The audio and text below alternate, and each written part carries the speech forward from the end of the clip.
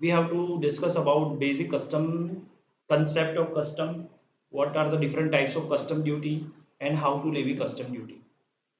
So in different part it is available. So first we will focus on basic concept of customs. Constitutional background of Custom Act 1962. So what is the constitutional background and how it works, that we are going to discuss in this topic. The Custom Act was enacted by the Parliament in 1962. तो सबसे पहले जो custom act आया था पुराना law को replace करके, तो पार्लियामेंट में वो कब इंट्रोड्यूस हुआ था? इन 1962 the custom act was enacted by the parliament in 1962 as per the list 1 of the union list. तो ये भी याद रखना है कि कौन से लिस्ट में इसको इंट्रोड्यूस किया था. And union list means now CG has total power regarding custom duty, central government. So that is why second point is also important for MCQ purpose also. Entry number 83 of the union list of the 7th schedule 2 has given the power to central government to levy the duties of custom including export duty. तो इसका मतलब ये हुआ कि किसके पास custom duty levy करने का power है? तो सेंट्रल गवर्नमेंट के पास पावर है. In which entry? Entry number 83 union list schedule 7th schedule. तो 7th स्केड्यूल में सेंट्रल गवर्नमेंट को एंट्री नंबर 83 में पावर दिया गया है कि आप custom duty import as well as export पे चार्ज कर सको. तो ये इसका पूरा एक्सप्लेनेशन हुआ. और अब से ये जो थर्ड पॉइंट है उसमें ये बताया है the custom act 1962 extends to the whole of India. पूरे इंडिया में कस्टम एक्ट एप्लीकेबल है, but with effect from 29th of March 2018, save as otherwise provided in this act, it applies also to any offence or contraventions thereunder committed outside India by any person. Outside India भी अगर कोई offence या contravention होता है तो भी उस पे कस्टम एक्ट 1962 का रूल्स एंड रेगुलेशन एप्लीकेबल होता है. ऐसा 29 मार्च 2018 में अमेंडमेंट होके आया था. तो ये आपको ध्यान में रखना है. As per section 157 of custom act 1962, central board of indirect tax and customs CBIC has been empowered to make regulations consistent with the provision of the act. CBIC को ये पावर दिया है. As per section 157 the Custom Act 1962, CBIC has been empowered to make regulations which is inconsistent with the provision of the act. वो rule सारे बनाएगी, वो सारे regulation बनाएगी.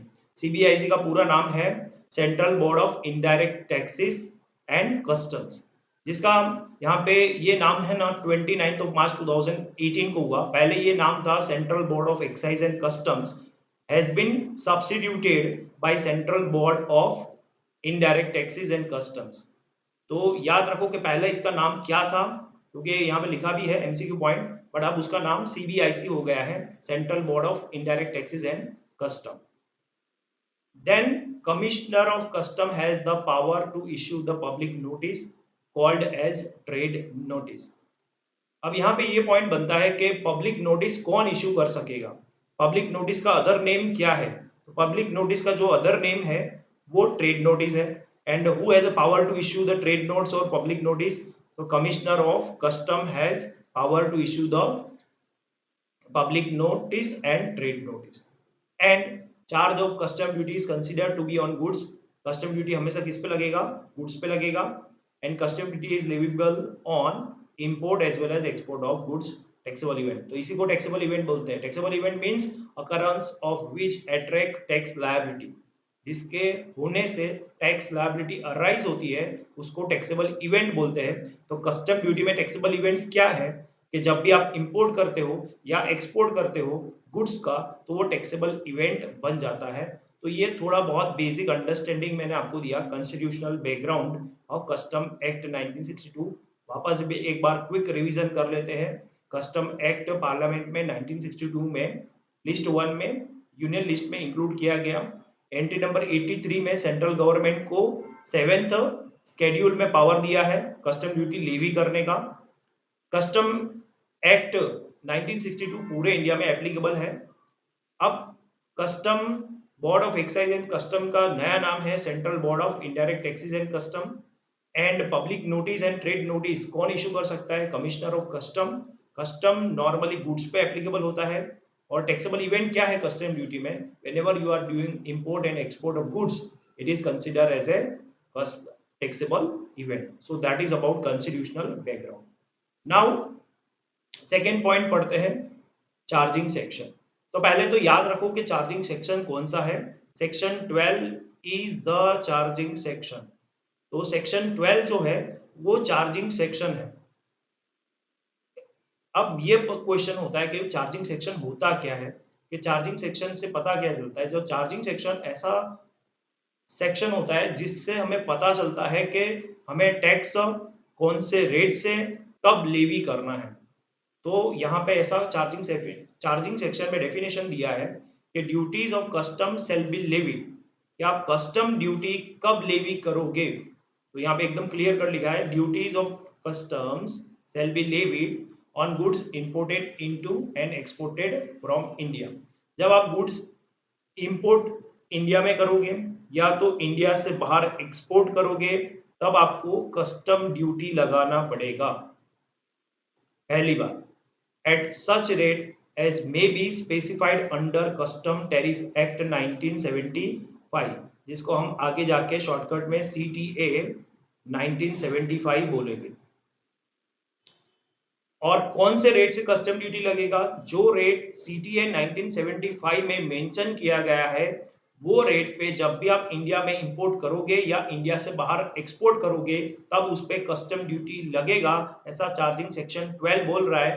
But except as provided in this act or any other law for time being in force। except as provided in this act यानी ये law में लिखा है तो, और कई बार कई और जो लॉ है टाइम बीइंग इन फोर्स, अभी ये है, बाद में अगर मान लो कि कोई और लॉ आता है जैसे कस्टम टैरिफ एक्ट 1975 को रिप्लेस करके कोई और लॉ आता है तो उसके हिसाब से ये इंपोर्ट एंड एक्सपोर्ट ड्यूटी लगता है। Now above provision shall apply in respect of all goods belonging to government also। Government को भी कस्टम ड्यूटी पे करना पड़ता है, बट यहाँ पे थोड़ा बहुत एक्सेप्शंस है कि गवर्नमेंट में अगर इंडियन नेवी ने कुछ इंपोर्ट या एक्सपोर्ट किया है, पुलिस ने कोई स्पेसिफिक इक्विपमेंट रिक्वायर्ड किया है या उसका इंपोर्ट या एक्सपोर्ट किया है, मिनिस्ट्री ऑफ डिफेंस या कोस्टल गार्ड इन लोगों ने अगर कुछ इंपोर्ट किया है तो उन लोगों को कस्टम ड्यूटी नहीं पे करना है, उनको ये रिलैक्सेशन दिया गया है। नॉर्मली सारे लोगों को कस्टम ड्यूटी पे करना पड़ता है जब भी इंपोर्ट या एक्सपोर्ट होता है at the rate specified in CTA 1975, but यहाँ पे थोड़े बहुत लोगों को एक्सेप्शन भी दिया है। गवर्नमेंट को भी पे करना पड़ता है बट गवर्नमेंट में Indian navy, police, ministry of defence and coastal guard को यहाँ पे एक्सेप्शन दिया है। So this is about section 12 and it is known as a charging section. तो अगर आपको कोई पूछता है कि which is the charging section in custom duty, तो section 12 is the charging section. Now आपको ये दो एक्ट कस्टम में मेनली रिफर कर रहे हैं। पहला जो एक्ट है वो द कस्टम एक्ट 1962 एंड दूसरा जो एक्ट है वो है कस्टम टैरिफ एक्ट 1975। अब कस्टम एक्ट 1962 में क्या क्या दिया गया है? तो provision regarding levy and collection of duties, के आपको लेवी कैसे करने का, कलेक्शन ऑफ ड्यूटी कैसे करने का, वो सारा रूल्स एंड रेगुलेशन यहाँ पे द कस्टम एक्ट 1962 में दिया है। Prohibition on import and export, कितनी चीजों पे इंपोर्ट एंड एक्सपोर्ट पे प्रोहिबिशन है, रिस्ट्रिक्शन है, वो यहाँ पे दिया गया है। इंपोर्ट एंड एक्सपोर्ट प्रोसीजर क्या होगा वो भी पूरा द कस्टम एक्ट 1962 में दिया गया है कि how to import the goods and how to export the goods, full procedure is given. Appeal, demand, refund etcetera, all the things are also given in the custom tariff act। So basically all rules and regulations related to the import and export are given in Custom Act 1962 and custom tariff act 1975 में क्या क्या दिया है, उसमें classification of goods and rates of duty दिया है। Custom tariff act में 5 columns होते हैं। देखो मैं आपको ये 5 कॉलम्स यहाँ पे बताता हूँ कि क्या क्या 5 कॉलम्स होते हैं। इस तरह से जो CTA 1975 है, कस्टम टैरिफ एक्ट 1975 की we are talking about this custom tariff act 1975, उसमें 5 कॉलम्स होता है। तो जो फर्स्ट कॉलम होता है उसमें HSN कोड होता है। HSN code means harmonise system of nomenclature, जिसमें आप गुड्स को आइडेंटिफाई करोगे, क्योंकि फॉरेन कंट्रीज में गुड्स को कैसे आइडेंटिफाई करोगे, हर एक गुड्स में अलग अलग कंट्री में गुड्स का नाम अलग अलग होता है। तो it is decided that we will identify the goods by using HSN code. Second column में गुड्स का डिस्क्रिप्शन दिया होता है कि what is the description of the goods. जो थर्ड कॉलम होता है उसमें यूनिट ऑफ मेजरमेंट दिया है कि आपको ये जो गुड्स है कौन से यूनिट में मेजर करना है। देन फोर्थ जो कॉलम होता है उसमें standard rate of BCD, basic custom duty का जो स्टैंडर्ड रेट है वो यहाँ कितना है वो यहाँ पे दिया गया है। एंड फिफ्थ में प्रेफरेंशियल रेट ऑफ BCD, ये यहाँ पे फिफ्थ कॉलम में दिया है। तो इस तरह से टोटल 5 कॉलम्स है और 5 कॉलम्स में आपको HSN code, description, unit, standard rate of BCD, preferential rate of BCD दिया गया है। What is standard rate of BCD and what is preferential rate of BCD, हम जब टाइप्स ऑफ BCD पढ़ेंगे बेसिक कस्टम ड्यूटी तब उसमें पढ़ेंगे। तो इस तरह से CTA 1975 को 5 कॉलम्स में डिवाइड किया गया है यहाँ पे। अब नाउ नेक्स्ट वन, देखो यहाँ पे वही पॉइंट को कंटिन्यू करते हैं, रेट्स ऑफ ड्यूटी। तो यहाँ पे 2 शेड्यूल है, Schedule 1, Schedule 2। Schedule 1 is for import duty। तो अगर आपको पूछता है कि import duty is given in which schedule, answer is Schedule 1। In that there are 2 rate, अभी मैंने आपको बताया, फोर्थ कॉलम में स्टैंडर्ड रेट होता है एंड फिफ्थ कॉलम में प्रेफरेंशियल रेट होता है। Preferential rate is for MFN। MFN का आपको पूरा नाम मिलेगा आगे भी, पर यहाँ पे मैं बता दूं, मोस्ट फेवर्ड नेशन, जिसके साथ हमने ट्रीटी किया है, जिसके साथ जो कंट्री के साथ हमारा म्यूचुअल अंडरस्टैंडिंग है, वहां पे preferential rate of basic custom duty लगता है। बट वो क्लेम करना पड़ता है, उसका बहुत सारा कंडीशन है, वो हम जब टाइप्स ऑफ BCD पढ़ेंगे तब उसमें हम पढ़ेंगे। तो there are 2 rates which are mentioned in Schedule 1 on import duty. One is standard rate and another is preferential rate, and preferential rate is applicable to most favored nation. Now Schedule 2, Schedule 2 is rate of export duty, only on exceptional goods होता है तभी ये export duty, normally export duty कभी government लेती नहीं है, क्योंकि export जितना ज़्यादा होगा उतना गवर्नमेंट को फॉरेन करेंसी मिलता है, तो गवर्नमेंट हमेशा एक्सपोर्ट को प्रमोट करती है। तो बहुत कम ऐसे गुड्स है जहाँ पे एक्सपोर्ट ड्यूटी लगाया जाता है। तो आपको यहाँ पे 2 क्वेश्चन बन गए कि import duty is mentioned in which schedule, answer is 1। export duty is mentioned in which schedule, answer is 2। So this is about basically 2 acts that we have to discuss throughout the custom duty. The Custom Act 1962, in which all the rules and regulations are given, and Custom Tariff Act 1975, in that rates of different types of goods, classification of goods are given. Now थोड़ा बहुत definition पढ़ लेते हैं। यहाँ पे एक related concept है, वो सारे यहाँ पे पढ़ लेते हैं। Meaning of India and related concept. India means what? The term India include land mass of India, India की जमीन वो इंडिया के पार्ट में आ जाता है। Territorial water of India, TWI जिसको बोलेंगे, extend to 12 nautical mile up to approximately, अगर इसको किलोमीटर में कन्वर्ट करते हो तो 22 किलोमीटर के आसपास होता है। Into sea from appropriate base line, जो बेस लाइन होता है वहां से 12 नॉटिकल माइल तक टेरिटोरियल वाटर है, वो भी इंडिया है।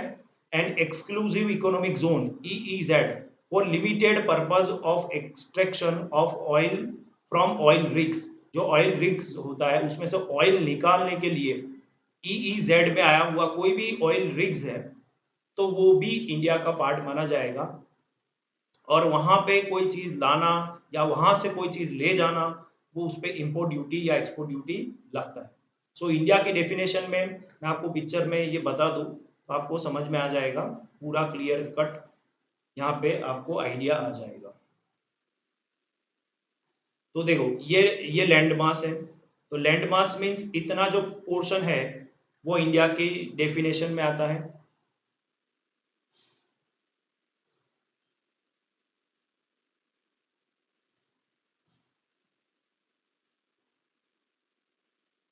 तो ये लैंड मास इंडिया की डेफिनेशन में आता है। फिर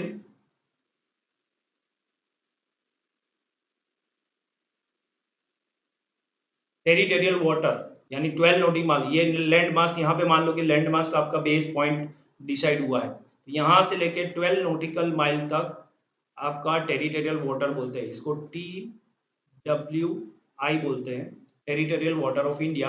ये भी इंडिया का पार्ट माना जाता है। अगर कोई शिप यहाँ से, जैसे मान लो कि कोई शिप है जो यहाँ पे है अभी, पर अगर वो यहाँ पे आ गई, इसका मतलब ये इंडिया में आ चुकी है, अब इस पे कस्टम ड्यूटी लेवेबल हो चुका है, क्योंकि टेरिटोरियल वाटर भी इंडिया का पार्ट माना जाता है।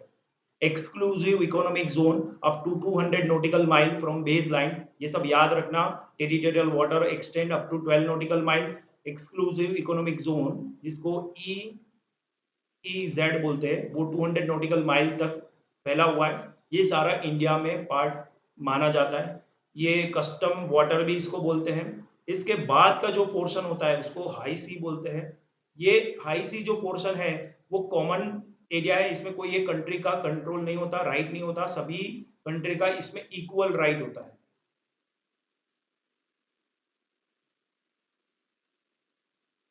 एंड ये जो कंटिनेंटल शेल्फ है यानी जमीन का जो बेस लाइन होता है, ये बेस लाइन है, उसके अंदर का जो पोर्शन होता है, उसके अंदर से जो भी मिनरल्स निकलेगा यहाँ तक टेरिटोरियल वाटर के अंदर का कंटिनेंटल शेल्फ, एक EEZ के अंदर का कंटिनेंटल शेल्फ, वो भी इंडिया का पार्ट माना जाएगा। यहाँ से भी कुछ यहाँ तक ले आना या यहाँ से कुछ ले जाना वो भी इंपोर्ट ड्यूटी या कस्टम ड्यूटी के लेविएबल हो जाता है। तो आपको ये पता होना चाहिए कि बेस लाइन से 12 नॉटिकल माइल तक टेरिटोरियल वाटर ऑफ इंडिया है, बेस लाइन से 200 नॉटिकल माइल तक EEZ है, एक्सक्लूसिव इकोनॉमिक जोन। यहाँ अगर कोई ऑयल रिग्स है, ऑयल रिग्स और वहां से ऑयल एक्सट्रैक्ट करते हो, फिर उसको इंपोर्ट करते हो या एक्सपोर्ट करते हो, उस पर कस्टम ड्यूटी लगता है।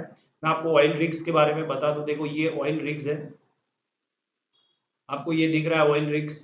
तो इस तरह से एक एग्जांपल दिया है, बहुत सारे गूगल पे से ढूंढा हुआ है। तो ये एक ऑयल रिग्स का एग्जांपल है कि यहाँ से ऑयल एक्सट्रैक्ट किया जाता है।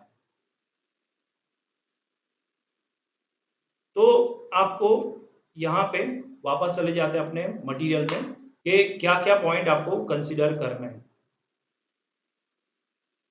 सो नाउ वापस एक बार, India means land mass of India, TWI of India, EEZ of India.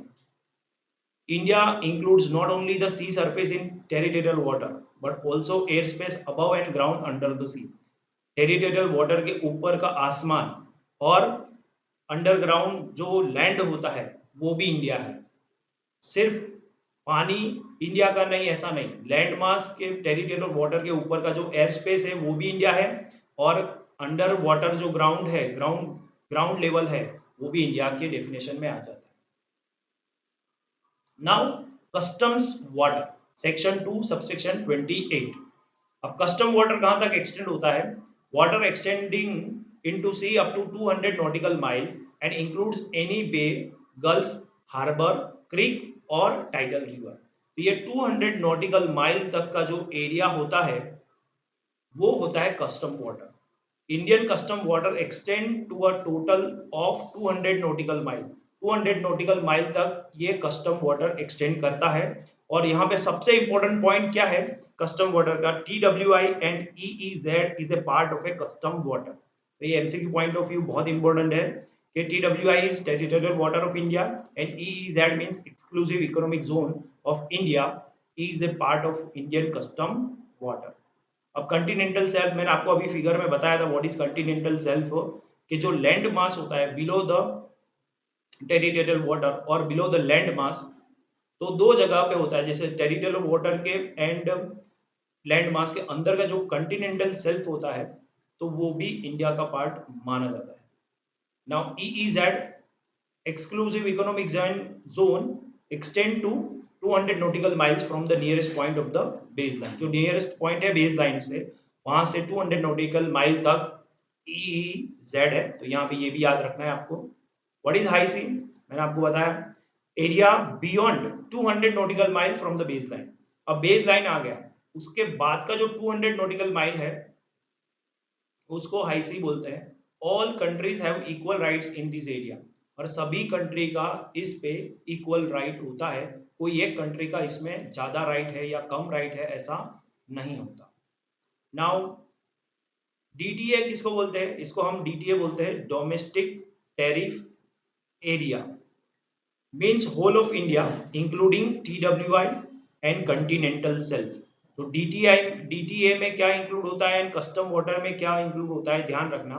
देखो कस्टम वाटर में टीडब्ल्यूआई एंड ईईजेड इंक्लूड होता है, एंड होल यहाँ पे डीटीए में टीडब्ल्यूआई एंड कंटिनेंटल शेल्फ। यानी अगर कोई सिर्फ टीडब्ल्यूआई में आती है या कंटिनेंटल शेल्फ से आप कुछ ले जाते हो या लाते हो, तो वो डोमेस्टिक टैरिफ एरिया में आ जाता है और उस पर कस्टम ड्यूटी लगता है। बट डीटीए में क्या इंक्लूड नहीं होता, but does not include special economic zone SEZ and 100% export oriented units EOU is not a part of domestic tariff area. यानी यहाँ से कुछ लाना इंपोर्ट करना या यहाँ से कुछ ले जाना एक्सपोर्ट करना, उस पर कस्टम ड्यूटी नहीं लगेगा। बट आप अगर इंडिया के अंदर या इंडिया के टेरिटोरियल वाटर में या कंटिनेंटल शेल्फ में कुछ मंगवाते हो या तो बाहर भेजते हो, तो वो डोमेस्टिक टैरिफ एरिया का पार्ट है, इसलिए वहां पे कस्टम ड्यूटी लगेगा। और इसीलिए यहाँ पे एक केस लॉ हुआ था, ईईजेड वो इंडियन टेरिटरी का पार्ट है। यहाँ पे ऐसा बोला है कि ईईजेड जो होगा वो इंडियन टेरिटरी का पार्ट माना जाएगा। Therefore, supply of imported goods, spares, equipment, oil rigs in EEZ by a ship will attract import duty। अगर आप कोई भी गुड्स या कोई भी स्पेयर पार्ट या कोई भी इक्विपमेंट ऑयल रिग्स तक ले जाते हो, जो ऑयल रिग्स जो ईईजेड में एस्टेब्लिश है, तो उस पे इंपोर्ट ड्यूटी लगेगा। यहाँ पे सेम चीज बोला गया है, goods imported for consumption on oil rig situated in Continental shelf और EEZ, import duty will be leviable।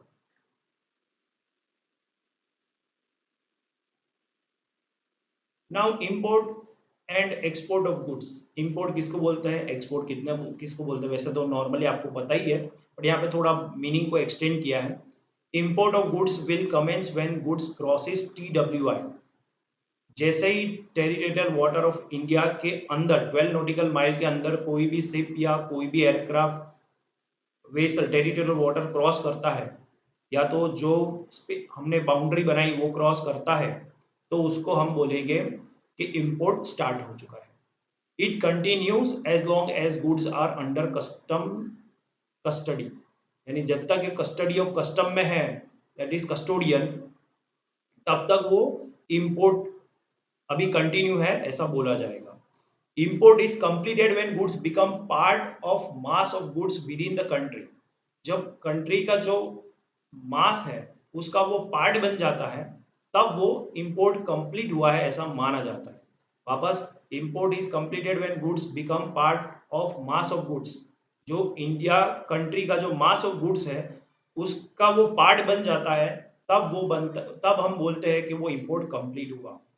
और टैक्सेबल इवेंट किसको बोलते हैं यहाँ पे इंपोर्ट ऑफ गुड्स में? When goods reach the custom barriers and bill of entry for home consumption is filed, then we can say that it is a taxable event.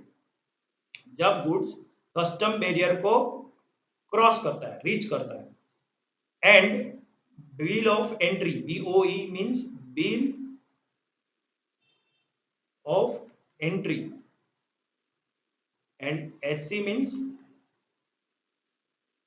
home consumption।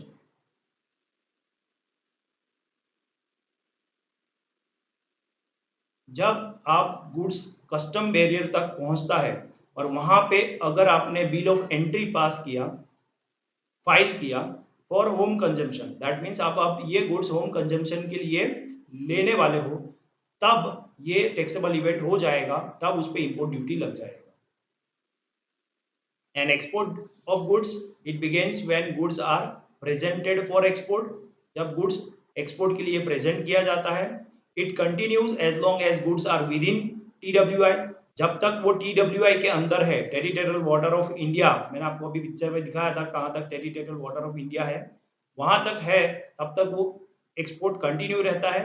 Export is completed when goods crosses TWI, जब वो TWI में से बाहर निकल जाता है, 12 nautical mile से बाहर निकल जाता है, तब एक्सपोर्ट कंप्लीट हुआ है। और इसमें टैक्सेबल इवेंट का क्या होता है, क्योंकि 12 नॉटिकल माइल के अंदर तो आपने कोई बैरियर नहीं रखा होगा, कस्टम कलेक्ट करने के लिए ऑफिसर नहीं रखा होगा, तो आपको कस्टम ड्यूटी वहां पे पहले लेनी पड़ेगी। When proper officer, PO means proper officer, makes order permitting clearance, that is entry outward is granted and goods are loaded, जब प्रॉपर ऑफिसर क्लियरेंस सर्टिफिकेट देता है, that is clearance certificate for entry outward, grant करता है, और goods जब ship में load हो जाता है, तब टैक्सेबल इवेंट माना जाता है, तब आपको एक्सपोर्ट ड्यूटी कलेक्ट करना पड़ेगा। वापस देखो, यहाँ दोनों में टैक्सेबल इवेंट अलग अलग है। यहाँ पे टैक्सेबल इवेंट क्या है, जब गुड्स कस्टम बैरियर में पहुंचता है और उसके लिए bill of entry home consumption के लिए फाइल किया जाता है, तब वो बनता है टैक्सेबल इवेंट। और यहाँ पे टैक्सेबल इवेंट क्या बनता है, when proper officer makes order permitting clearance, that is entry outward, for grants and goods are loaded into the ship, onto the ship, then it is considered as a taxable event.